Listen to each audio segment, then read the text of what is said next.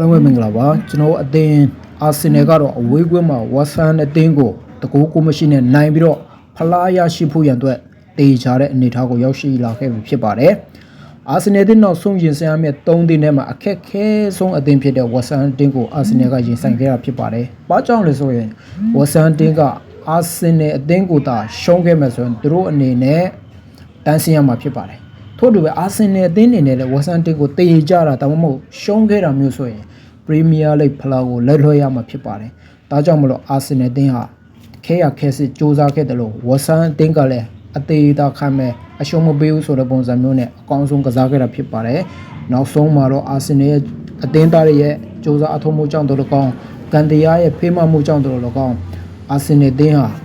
တကူကိုမရှိနဲ့ဝေးကူမှနိုင်ပြီးတော့အမှတ်ပေးစရာကိုဆက်လက်ဦးဆောင်ထားပြီးတော့လက်ရှိအနေအထားမှာဆိုရင်တော့ဖလားရဖို့ရန်အတွက်တော်တော်လေးကိုတေချာသွားပြီဖြစ်တယ်လို့ကျွန်တော်ပြောလို့ရပါတယ်။ဘာကြောင့်လဲဆိုတော့နောက်ဆုံးနှစ်ပွဲကိုအာဆင်နယ်ကစားရမယ့်အသင်းထဲမှာဘန်လီနဲ့ခရစ္စတယ်ပဲလေးပဲရှိပါတယ်။ဘန်လီအသင်းကတော့အားလုံးသိတဲ့အတိုင်းပဲဘန်လီအသင်းကအာဆင်နယ်အသင်းကိုနိုင်ခဲ့မယ်ဆိုရင်တော့မှတန်းစီရမှာဖြစ်တယ်လို့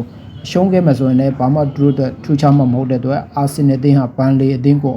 ဒါကျင်းတွေအနိုင်ကစားသွားပါလိမ့်မယ်။ဘန်လီအသင်းကိုအိမ်ကွင်းမှာကစားပြီးတော့အာဆင်နယ်အသင်းဟာအဝေးကွင်းမှာခရစ္စတယ်ပဲလေးကိုတွားပြီးရင်ဆိုင်ရမှာဖြစ်ပါတယ်။အဲ့ဒီပွဲကတော့အာဆင်နယ်အသင်းအနေနဲ့နောက်ဆုံးမှာတတိထားပြီးတော့ကစားဖို့ရလိုအပ်ပါတယ်။ခရစ္စတယ်ပဲလေးအနေနဲ့လက်ရှိမှာရုံးစရာဘာကြောင့်မှမရှိတော့ပါဘူး။တန်းစင်းစုံကလည်းလွတ်မြောက်ခဲ့တယ်လို့ဒါသူတို့အနေနဲ့ယူရိုပါလေးဝင်ခွင့်တွေဘာတွေတဲ့ဘာမှမရှိတော့ပါဘူး။အဲကြောင့်မလို့နိုင်ရဖြစ်ဖြစ်ဆုံးရှုံးသွားပဲဖြစ်ဖြစ်ခရစ္စတယ်ပဲလေးတွေ့တဲ့ဘာမှထူးခြားမှမဟုတ်တဲ့အတွက်အာဆင်နယ်အသင်းအနေနဲ့တော့အနိုင်ရဖို့အကောင်းဆုံးကြိုးစားပြီးတော့မှကစားသွားမယ်လို့ယုံကြည်ပါတယ်အာဆင်နယ်အသင်းအနေနဲ့လည်းခရစ္စတယ်ပဲလေးနဲ့ဘန်လီအသင်းကိုတော့မနိုင်စရာအကြောင်းမရှိဘူးလို့ကျွန်တော်ထင်ပါတယ်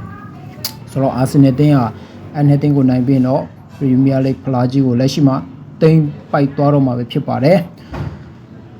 ပြီးခဲ့တဲ့ဒီဝက်ဆန်အသင်းရဲ့ပွဲမှာတော့အာဆင်နယ်အသင်းမှာပြောစရာ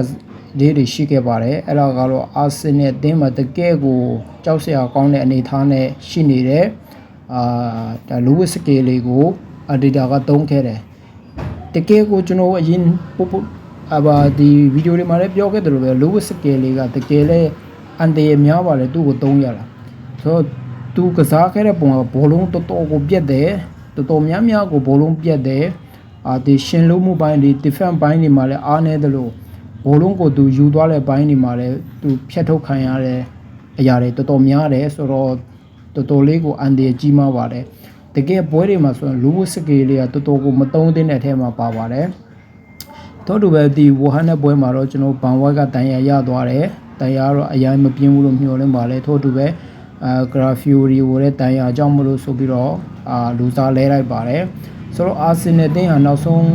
ပွဲတွေမှာဒီလိုမျိုးတန်ရာကိစ္စတွေရှိတာကလည်းအာဆင်နယ်တို့စိုးရင်စရာတစ်ဖက်မှာဖြစ်နေပါတယ်ဒါပေမဲ့ဘာကြောင့်ပဲဖြစ်ဖြစ်နောက်ဆုံးအနေထားမှာတော့အာဆင်နယ်ဟာအကောင်းဆုံးထိန်းသိမ်းပြီးတော့